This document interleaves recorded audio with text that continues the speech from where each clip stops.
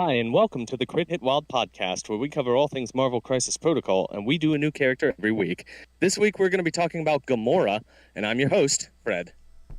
I'm Brad. And I'm Steven. Good morning, gentlemen. How are the two of you doing? How are you doing today, Brad? I'm doing just fine, Fred. How about you, Steven? Well, we're doing well. We got all moved, so that's all good.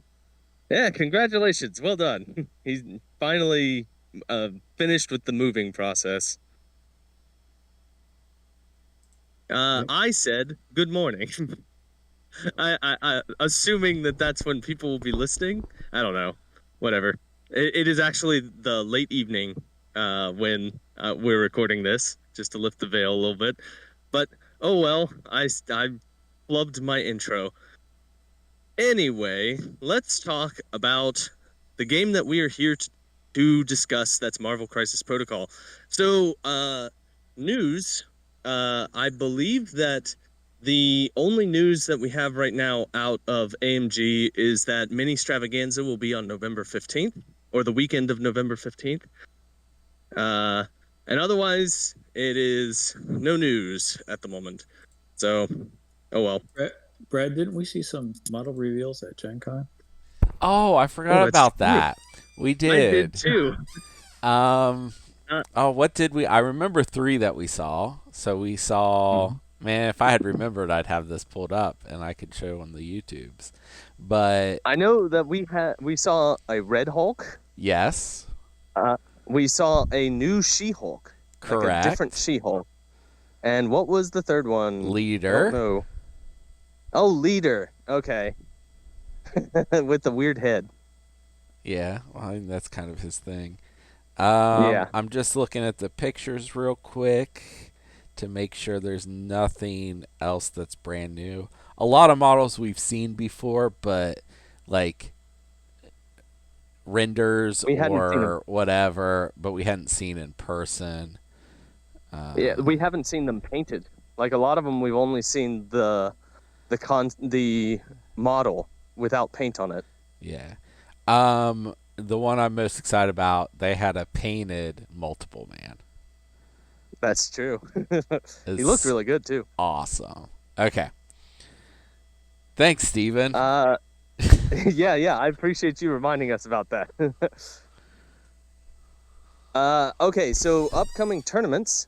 Coming up this Saturday, that is Saturday, August the 16th, is the Akron Brew Brawl held in Missing Falls Brewery in Akron, Ohio. And I myself will be there. Brad, you're going to be there, right? Yeah, it's me, Yeah. you, other Brandon, and maybe JP. I haven't heard for JP for sure. Okay. Awesome. Steven, Yes. will you be there? Yes. I'm planning to. Hey, there we go. Well, that's news that's to a me. good- That's a good showing. Yeah, I'm planning to terrorize people with my spider foes again. Yeah, so beware, everyone. He's showing up with spider foes. Okay. Or am I? Or is he? He could be lying.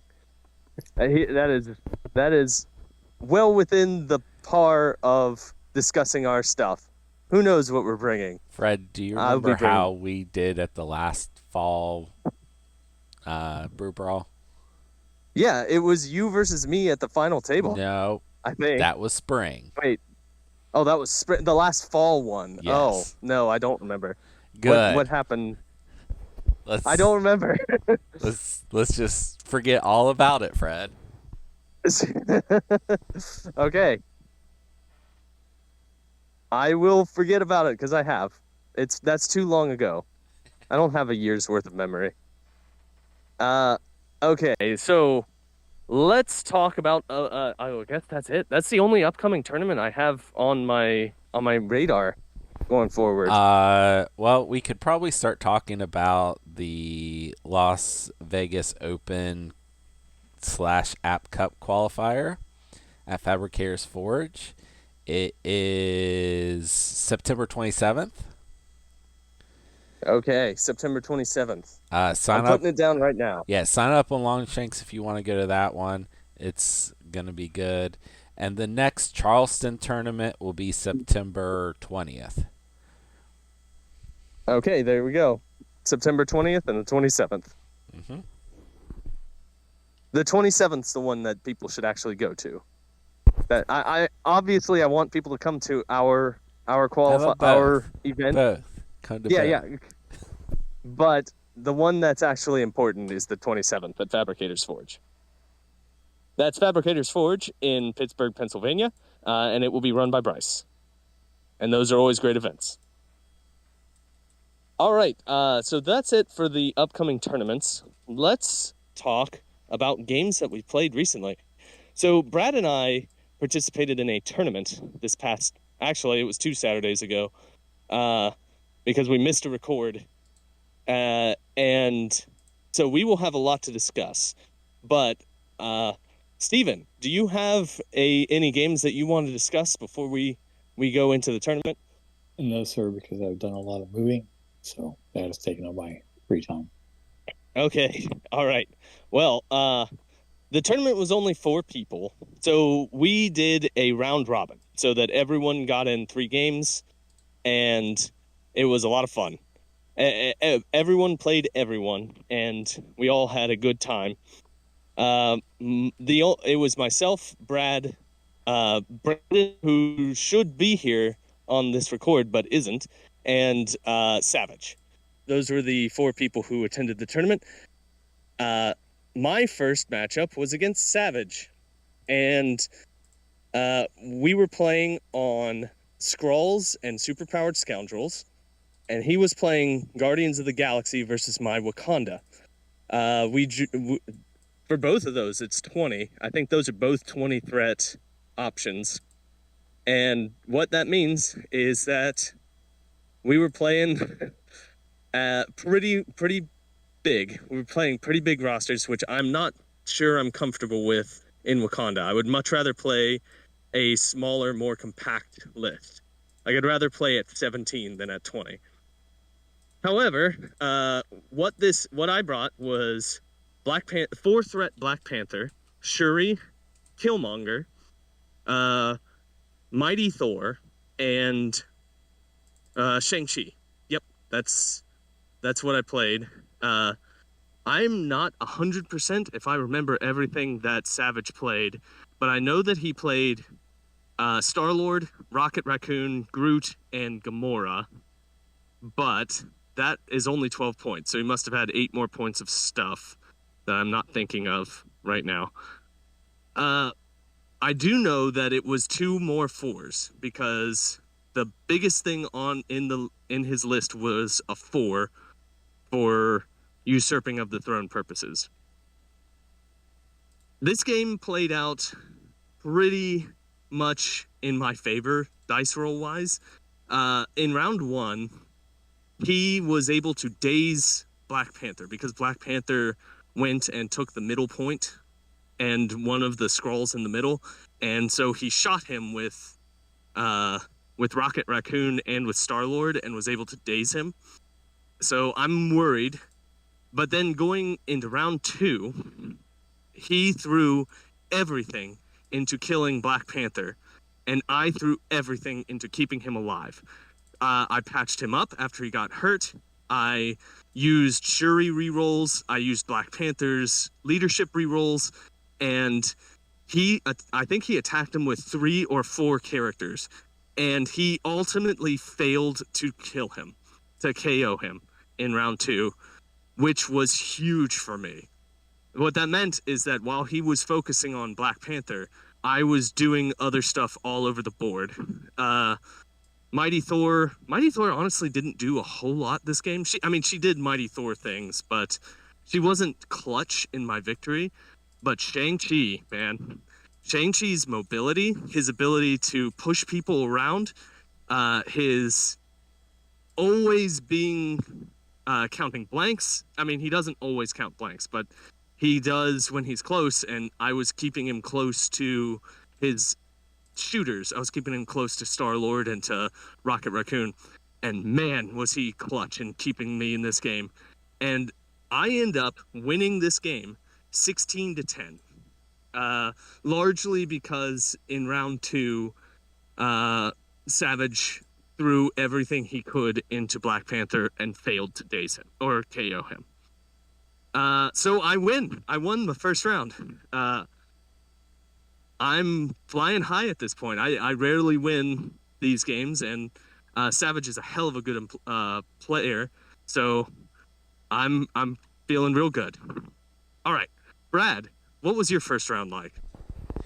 I had to play Brandon, and Brandon brought a list with Dormammu. So let me look what scenarios we played. We played Montesi and Mayor Fisk and he picked 16 points. He brought Dormammu, Hulk,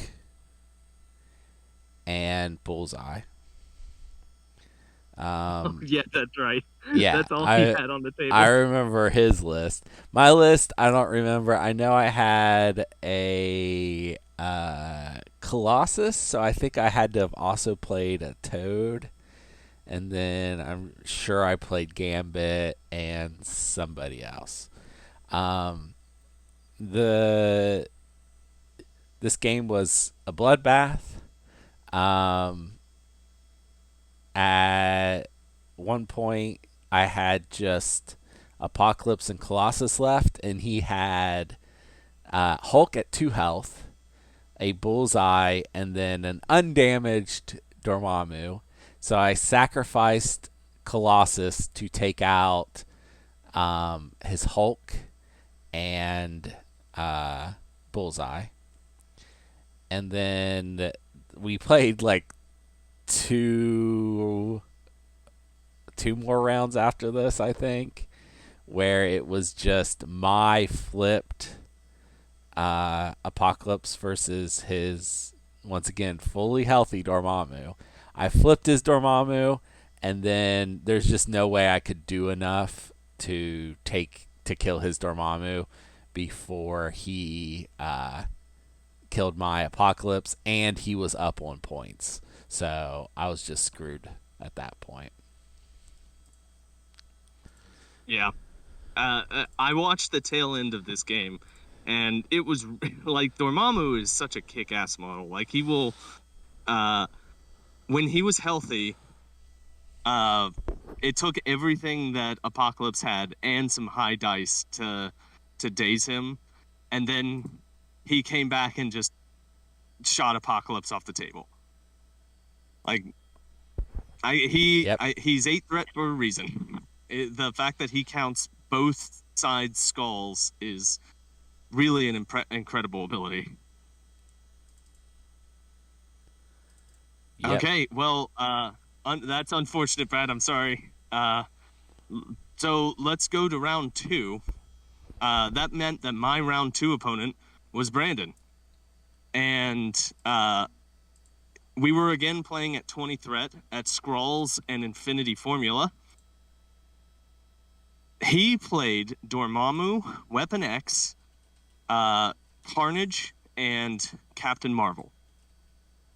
I was playing the exact same list I played in the previous round. That is Black Panther, that is Mighty Thor, Shuri, Killmonger, and Shang-Chi. Because of Infinity Formula, this boiled down to a fight on both sides. Like one side had Shang-Chi and Mighty Thor versus Carnage and Captain Marvel. The other side had Dormammu and Weapon X versus Black Panther, Shuri, and Killmonger. So in this game, I roll like absolute fire. Killmonger goes in on Dormammu and is able to usurp the throne, and I daze him with only 2 attacks. I didn't need to use my Wakanda Forever to finish the daze. because I rolled so hot. I rolled so many hits into him. Now, I mean, with Shuri and with Black Panther's leadership, I get a lot of rerolls, but I don't even think I needed the rerolls. I think I just rolled real hot. And that put me in a really good spot. I think this was as early as round 2.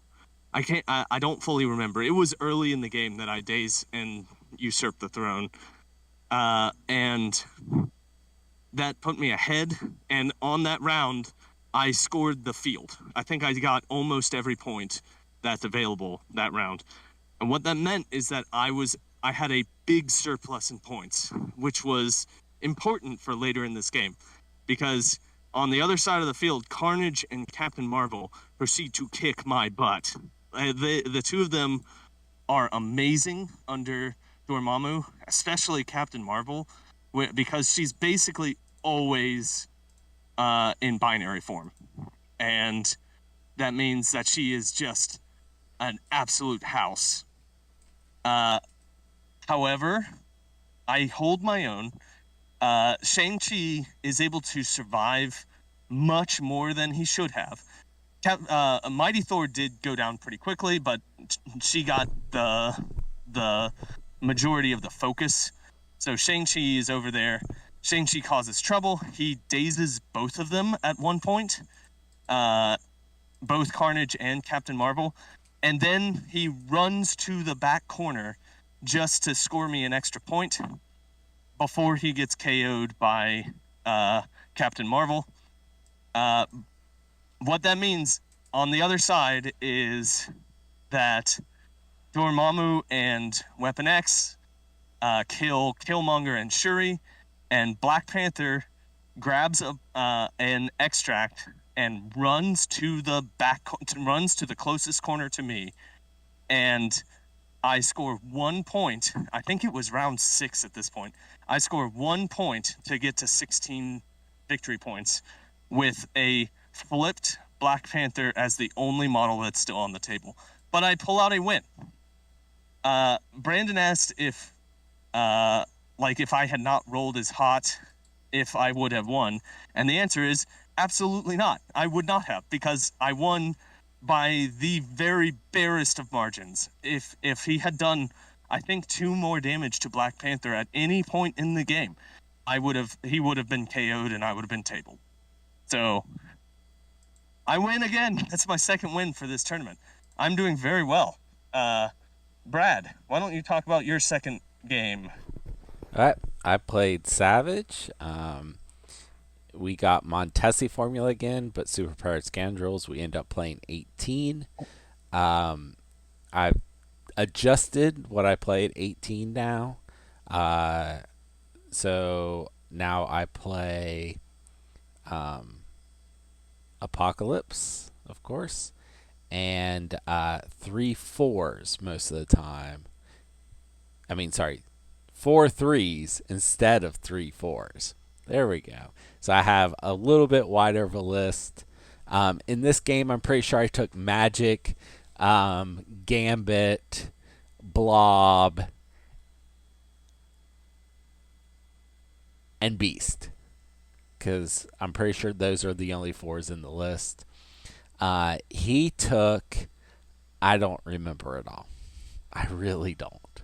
He had I know he was playing Guardians of the Galaxy, and I remember he was playing King T'Challa.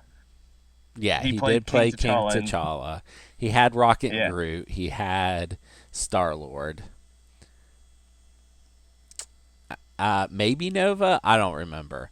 Anyway, what I do remember this game, which isn't a lot, was that it was very close throughout the entire game. And but he did end up winning 1916. I feel like there were lots of times where we were both praying for specific things to happen, and they just didn't several times. But he managed to pull it out. And that's it. I don't remember much about the game. Okay. but Savage was able to win. Yes. Savage was talking to me before the tournament started, and he was talking about how at 20, what he wanted to do was play multiple fives, go like really tall with King T'Challa and Nova, along with his normal. I think He along played with Bill. Tin Thread. He Oh, definitely Bill. played Okay. Bill in this game. But we were only at Okay. 18 threat, not 20. Okay. So he couldn't have done that, but yeah. He decided not to in the game against me, and he regretted it. He felt like he would have won had he played his tall list into me instead of going a little wider. But yeah, I'm sorry you lost again, Brad. That's uh, It is what it is. Savage is a heck of a player. So I mean, it is what it is. Let's go to round 3 because we did this round robin style, so everyone would play everyone. Brad and I played against each other at this point. So Wakanda versus Apocalypse. We were playing at 18 threat. Do you remember what? Oh boy, what was I playing? I know that I played M'Baku, Killmonger, and did I play? I think I played Mighty Thor. So that right there is 13. So it was Shuri and Okoye as well, on top of that. Yeah, So, yeah, you definitely played those two. Right. Do you remember what you played? I played the same list I No. played the round before. So Apocalypse, Gambit, Magic, Beast, and Blob. So in this game, we were playing. This is relevant. We were playing Hammers and Mayor Fisk. I know that I scored on my Mayor Fisk in, I think it was round 1, or mine on the right or on my right Mayor Fisk, and you were able to move the Mayor Fisk and stun Killmonger. Mm-hmm. Like you did a damage and stunned Killmonger, and that is hugely important for the rest of this game because this is the only game where I do not successfully usurp the throne, and it's because I was stunned. I was never able to generate it's the 4 power that I would need because I think he had a hammer in order to play usurp the throne. And because I didn't have or because I was stunned, I know that I went in and I did daze Apocalypse with Killmonger, but I didn't generate enough power to play it, so I didn't get the extra points. Mm-hmm. And I felt like I was doing well this game, but at a certain point, I think attrition just caught up with me. And like Gambit was doing real well. I remember Gambit doing a lot in this game, and I don't think he did a lot attacks-wise. I think he just blocks a lot because he rolled a lot of wilds in his blocks. But that's all he needs to do, He also, right? I don't remember. You didn't play Bill, right? No. Yeah. Okay. I played Shang-Chi. No, I didn't. No, I didn't play Shang-Chi. It must have been against Savage then that I had a Gambit at 1 health, and Bill had just flipped, and I just was like, maybe he kills him, and then he killed him. He just killed the Bill before, and then in that game against Savage, I never had Gambit with an extract, and so he just kind of got to live the dream of making whatever he wanted. Right. Well, this game between you and I lose. I lose this game. I lose it, I believe, 19 to 13. No, yeah, that's right, 19 to 13. So it was actually a pretty one-sided game. I think largely because I just didn't have any models near the end of the game. Like, you had KO'd most of my team. Oh well. It's Apocalypse's attrition game can be really rough. He can just Apocalypse himself can be such a house with his 7 dice attack that can be any attack type. Oh well. Uh, I lose this game, and what that means, I Andrew Savage played against Brandon in the last round, and Savage beat Brandon by something like 10 or 11 victory points, which means that my margin of victory was worse than his. So Savage wins this tournament, but it was still a real fun event, and I had a good time. And that's it. Do you have anything to add, Brad? No, I do not. Okay, all right. Well, that's it for games that we've played recently. I think that we should just move on to the person that we are here to cover today. That person being Gamora. Gamora, otherwise known as Gamora. Her defenses are 3s across the board. She has 6 stamina on both sides of her card. She has a threat value of 4, size 2, and a movement speed of long. So she's got some speed on her. She is on a small base, and she is affiliated with A-Force and with Guardians of the Galaxy. Hey, Brad, why don't you do her attacks? Her first attack is physical God Slayer. It is range 2, 6 dice, cost 0. Gain power equal to damage dealt, and after it's resolved, if it dealt damage, the character gains the bleed special condition.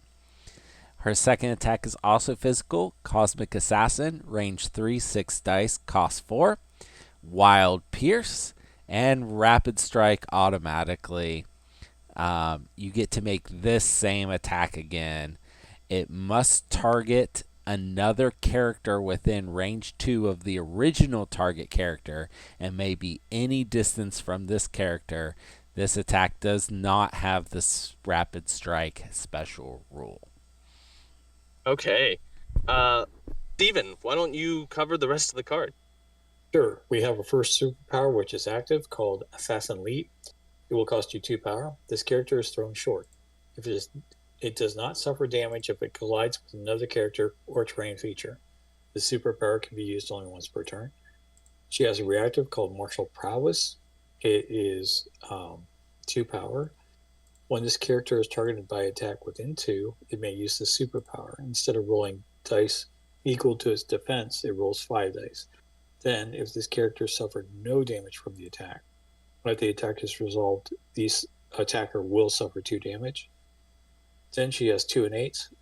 First, being Deadliest Woman in the Galaxy. When this character makes an attack, it may change one die result to a hit for each critical in the attack roll. Wild in the attack roll. And then Stealth. Characters must be within 3 of this character to target it with attacks. So she has innately the war ability of Apocalypse. War is crits and wilds, but close. Oh, okay. It's not. Oh, yeah. So a little worse than war, but still a good effect. Yeah, very good effect. What are your thoughts on this person, Steven? What do you think about Gamora? She is definitely outclassed by 2 other characters in her main affiliation, which is Guardians. So, yeah. Which 2? Ronan and Bill.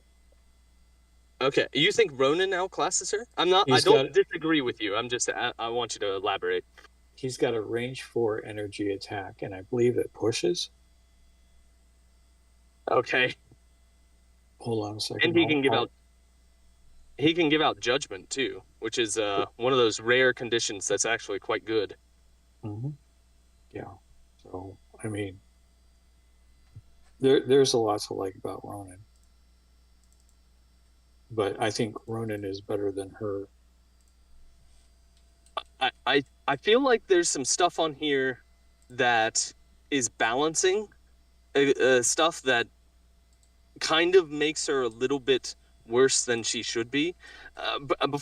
Brad, what do you feel about Gamora? What do you think of this character? So Gamora has a lot of things I really like. I like that she has stealth. I don't think she used to before she got changed. That's huge because she wants to get close up and fight. I love effects like Deadliest Woman in the Galaxy or the War effect on Apocalypse.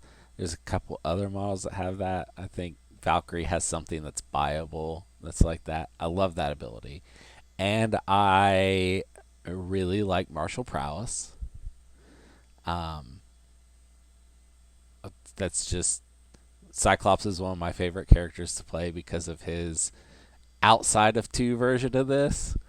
Um, I just really like these types of abilities, and I like the pounce abilities.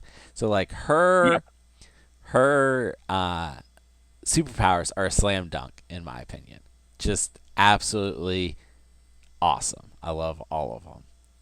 Her attacks, like Godslayer, is a perfectly fine attack. It's fine. It's a 6 dice builder. It's a six dice and builder, and you get Deadliest Woman. So, like, that's a pretty good attack, and it gives out bleed, which is fine. That attack's fine. Her spender, I don't see myself ever using that. Like, yeah, Rapid Strike's good. Pierce is pretty good, but it's 4 for 2 6-die attacks. I guess it is 2 attacks. And that are conditional upon your opponent's models being close together. It is. I'm just thinking like on X-23, her spender costs 2 and it's 6 dice, and I think has Pierce. It's been a while since I've played X-23. I'm now realizing. So making 2 of those would cost 4. And if you kill someone, you can spend 2 more and make another 5-die attack in that case. And like, and I'm thinking, because of the, and I'm thinking I would definitely do that, but that's a 3-point model. Gamora's a 4-point model. Yeah. And with her leap and her martial prowess, how often is she gonna have the 4 power to even do that? Like X-23 always has extra power because she didn't have anything to spend it on except the spender. I don't know.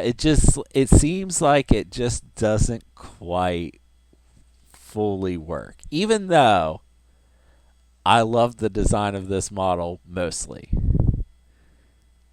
There's just something a little off. X-23 also has, I think, the same defensive line. Maybe one less Mystic defense. One less Mystic. But, yeah. And a reroll on attack and damage. On attack and defense. And healing factor. Yeah. Yeah. And healing factor. Like, I think that the biggest problem here is that Gamora's defenses are 3, 3, and 3. I know that's because of martial prowess, and martial prowess can make any of them 5 if they're within range 2 of her. But how often, like, I guess she will regularly be attacking within range 2 of people because that's how she's designed to play. But it's not hard to attack her from range 3.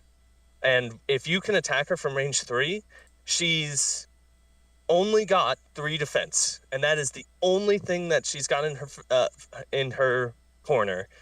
And she only has 6 health on both sides. That is pretty good for a 4-threat model, 12 health total. But I think that the problem here is that she is someone who will draw a lot of attention because she will be in the fight, and she is easy to kill. If you have a range 3 attack, you can kill her. I like Gamora. I like a lot of this kit. I think it works. I think that the biggest problem is what Steven brought up, is that she's a 4-threat, and she is outshined in her main affiliation, Guardians of the Galaxy, by other 4 threats that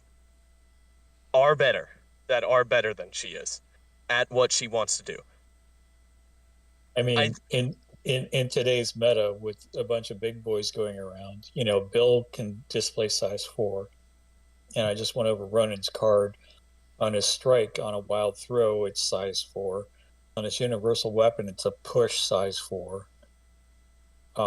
And then on his big spender, Cree Justice, he gives stun and stagger, and is it explosive? Plus, he's got judgment. I mean, it's just, I think it's a better kit that works better than she does, and he's a okay, medium yeah, base, medium move.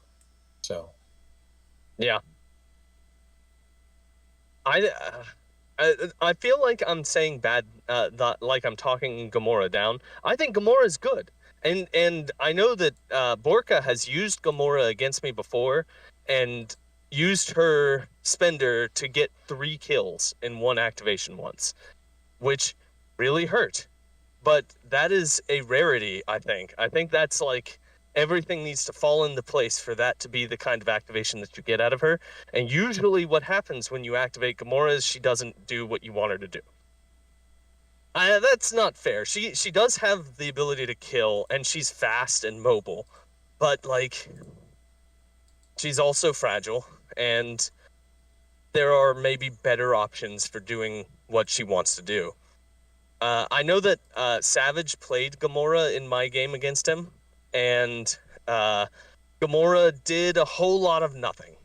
She went in on Black Panther and she failed to kill him, and I think I then dazed her with pretty handily with attacks from I think Black Panther. I'm not 100% how it played out. This was 2 weeks ago, so I guess like I've seen her do good things and I've seen her fail miserably.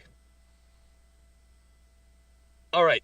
Uh, are there any tactics cards that are associated with Gamora? I'm pretty sure that there is a big one Yeah. that there is are two. associated. There are 2. There are two. What is the first one called? Oh, it's Daughters of Thanos. I know this one.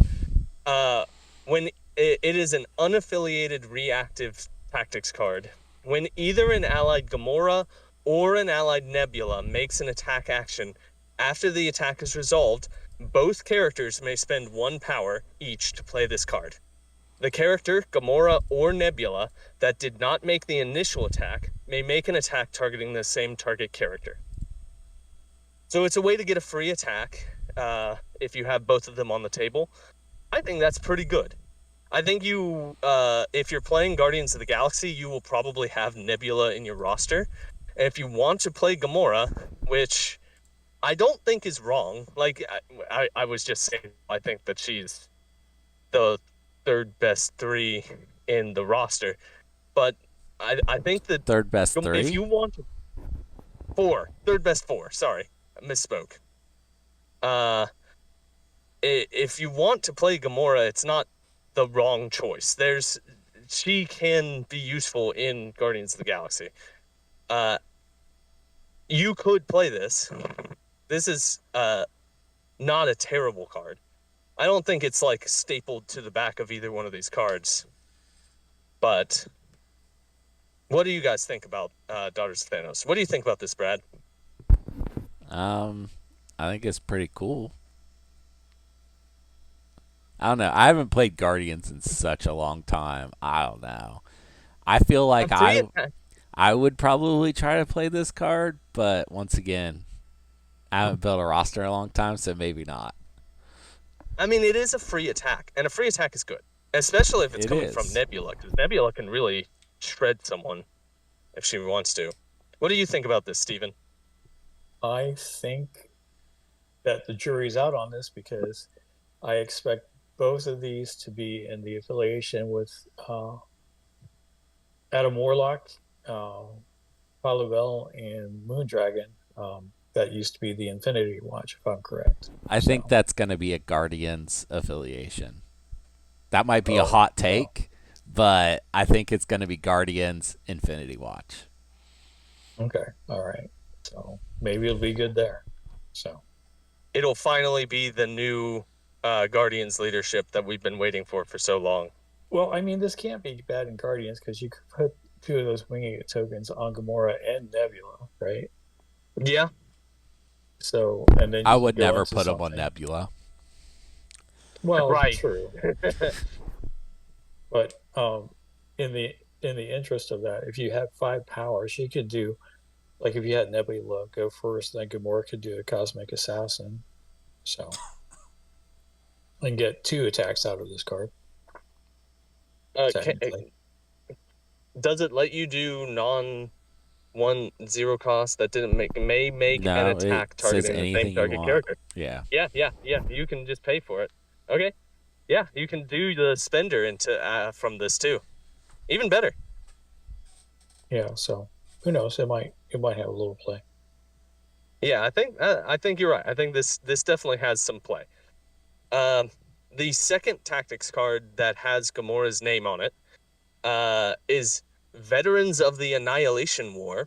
It is an unaffiliated reactive tactics card. During the power phase, an allied Gamora and an allied Richard Rider may play this card. That is Nova, correct? Richard Rider? Yes, Dick Correct. Ryder is Nova. Okay. This round, Gamora gains the following superpower: World Mind Uplink. It is a passive superpower.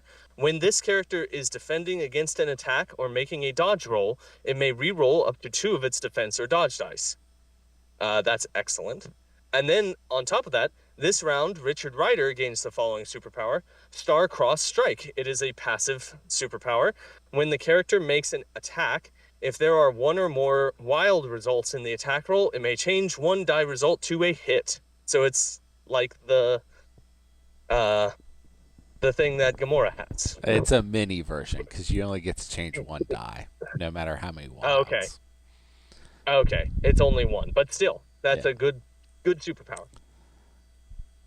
If you're playing both of these characters, you probably take this card. I think that those are both. But then again, Guardians has a lot of good cards, I like a think lot of really good I think cards. this is a better team up card than the last one. Okay, it costs nothing. It's just during the power phase, Yeah. they can play it. It makes Gamora a lot more defensive, especially if Mm-hmm. she does martial prowess. Yes, And then it makes Dick Ryder's offense just a little bit better, which is already really good. which is already So, really good. So, too bad I'm never going to be playing Dick. what do you think about this, Steven? I, 9 is a high cost to bring, um, especially. I don't know if I would see these two characters on the table at the same time. You know what I mean? That's the thing is that Guardians of the Galaxy has a deep roster now. There's a lot of Guardians, and a lot of them are very good. And you're right. I mean, maybe the problem with both of these cards is that in order to utilize them, you have to have Gamora and another model on the table. Like And you Nebula is easier to squeeze in at 2. that yes, that is true. That is definitely true. Are there any other tactics cards you think we should mention? I think that's pretty much it for the ones that are associated with her. But like her with a big dumb hero token, that's um one of the Guardians cards that where if they are dazed, they gain a big dumb hero token, and you play it during the power phase. And anybody on your side who is dazed gains a big dumb hero token, and they roll one more dice on attack and one more dice on defense rolls for the rest of the game. That's an incredible card. And Gamora as a big dumb hero is takes a model that is pretty solid to pretty incredible. I think that she is a great big dumb hero target. That's my take, at least. Uh, what do you think about that, Brad? Sure. Sure. Sounds Okay. great. I'm just trying to, yeah. All right. Well, we've talked enough about Gamora. We need to come up with a letter grade for Gamora. So, like I said, I feel like she's a little underwhelming for the state of the game right now and the affiliation that she's most known for, that is Guardians of the Galaxy. I guess we haven't really discussed her in A Force at all. Like, do you ever bring her in A Force? I I almost think mean, Do you no. play A Force? No, I don't play A1. No, I don't play A Would Force. anyone play A Force? Well, well, yeah, there's good stuff yes. in A Force. There's lots of good stuff. I mean, the A Force roster is really good, actually. But that's the problem, is that the A Force roster may be even better than the Guardians of the Galaxy roster, and so it's even less likely that Gamora gets to see the table. I'm not familiar enough with the roster to compare her to it, but Well, she has the same problem because your force that you're grabbing probably an A force before her are Medusa and Spider Woman. yeah, yeah, Maybe, absolutely. maybe the Black Widow. She has the same problem. She's just, you know, she's not doing stuff that other models can do. They can do a different job, but maybe that's the job that you need. Right, right. Okay, well, I'm going to give to old Gamora here. I'm going to give her a B. That is, she's not terrible. She works on the table. I just think she's outshined by other models. That makes her a B. Brad, what would you like to give to Gamora as a letter grade?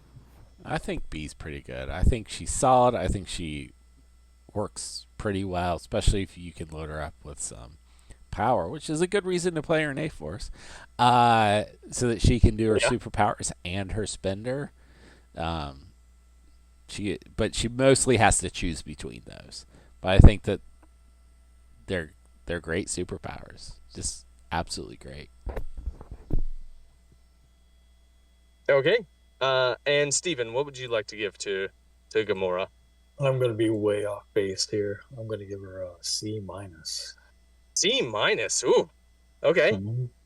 Do you want to expound, or like just from what we've said previously, that she's just outshined Yeah, by she's other not people? keeping up. I mean, if it were the beginning of the game again and we didn't have all these models to compare to, I could agree with a B.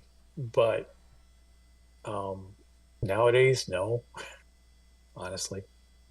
You're right. Okay. All right. Well, that is our take on Gamora.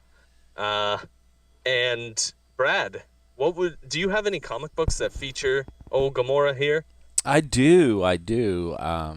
It's funny how uh, Steven brought up Warlock in the Infinity Watch earlier because my first recommendation is Warlock in the Infinity Watch by Jim Starlin and Angel Medina. So, this is not Gamora's first appearance or even one of her early appearances, but most of those are not on Marvel Unlimited. Um, so I picked the earliest thing that's on there, and she's in this comic a lot. She is one of the Infinity Watch. Um, this is a big chunk of her story after she leaves Thanos' side. Um, and it's about the earliest that you can find reliably. Uh, Okay. they are adding stuff to Marvel Unlimited every week. So her earlier appearances might eventually show up, but they're not there right now. The next one is. Did you have a question, Fred? No, no, no. Go ahead. Go ahead. I also want to mention that her costume in Infinity Watch I like so much better than the one we got in the model that came Okay. out. Um, Gamora from 2016. This storyline's called Memento Mori. It's Nicole Perlman and Marco Cicchetto. And Nicole Perlman was a co-writer of the Guardians of the Galaxy movie. And this comic is Gamora's backstory. It's from her beginnings all the way through what made her turn on Thanos. So this is just a good overall complete backstory of Gamora before she ends up with the Guardians. Well, before she ends up on Infinity Watch and then the Guardians. Okay. Is it similar to the movies, or is it like wildly different? I mean, it's gotta be different because the movies are different, but Right. the basic beats are there, I guess. Yeah. Yeah. I guess you know what? Now that I've said it, I'm not 100% if I even remember why she turned on Thanos in the movie. Well, in the She just sort of comics, was one of the good guys. At in the one point. comics, it happens during one of the Infinity events, Infinity War or Infinity Gauntlet or something like that. And clearly she has already defected before that, before Infinity War in the movies. Because Right. yeah. Yeah. So I mean, it cannot have happened the same way. it must have been in the first Guardians of the Galaxy, is when she. I guess because of Chris Pratt's charisma Oh, turned yeah. her from her evil way. I don't think that's it. I don't remember the details either, but I know that's wrong. All right, I got one more. Okay. All new Guardians of the Galaxy. So there was a phase of Marvel Comics where they everything was all new Avengers, all new X-Men, all new Guardians of the Galaxy. So this is from that era. It's written by Jerry Duggan with art by, that's gotta be a typo, but I don't know what it's supposed to be. I have IVE as the first name. Ive? Ive? Yeah. The last name I think's right. So Svorcina, Svorcina, and Corey Petit. Anyway, Gamora is on a quest for something, and she's not talking about it. So the team ends up. They're not so much guarding the galaxy as stealing from it. And so they run afoul of the Nova Corps, which are space cops, the Collector, who likes, to collect things, and the Games Master, who is the Collector's brother, who likes to play games. And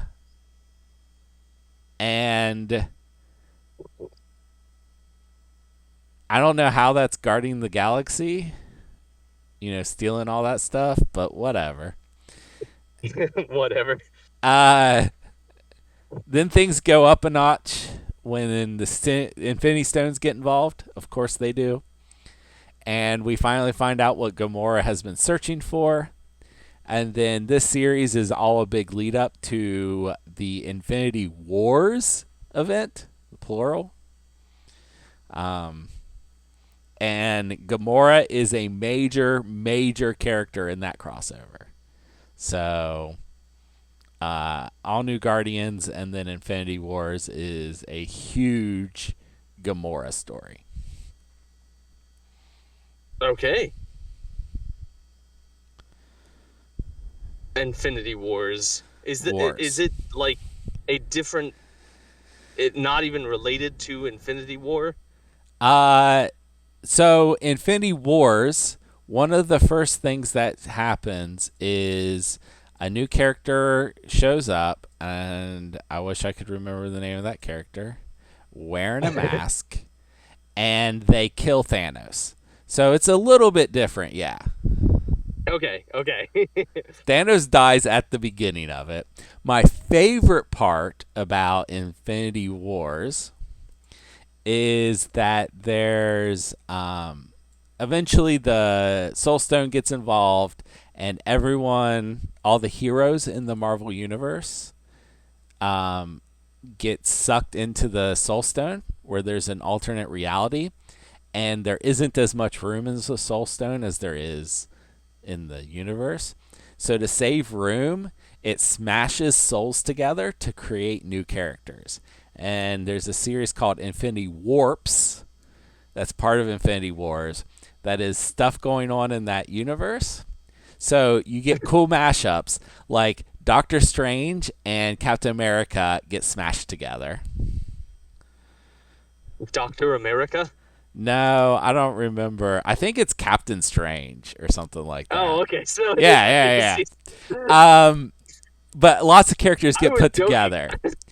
Uh, Diamond Patch is Wolverine and Emma Frost put together. Okay. Um, Diamond Patch? Diamond I guess. Patch.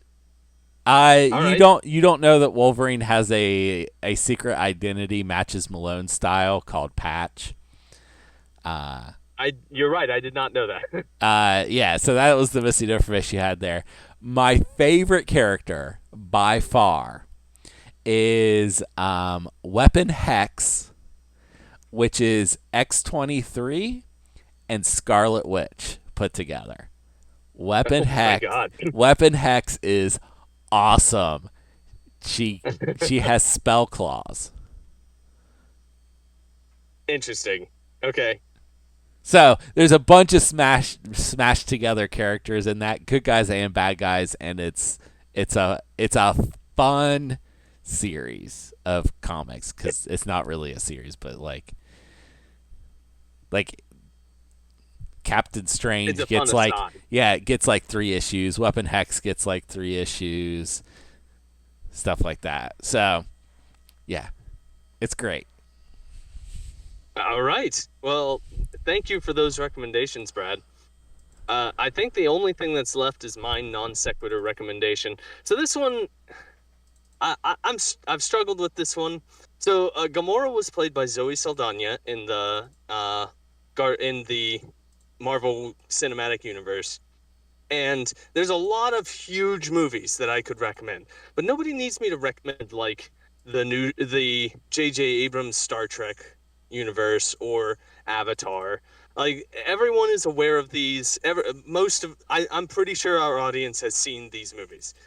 Uh, uh, like I really have struggled with this one because I have not seen a lot of the deep cuts that Zoe Saldana has been in.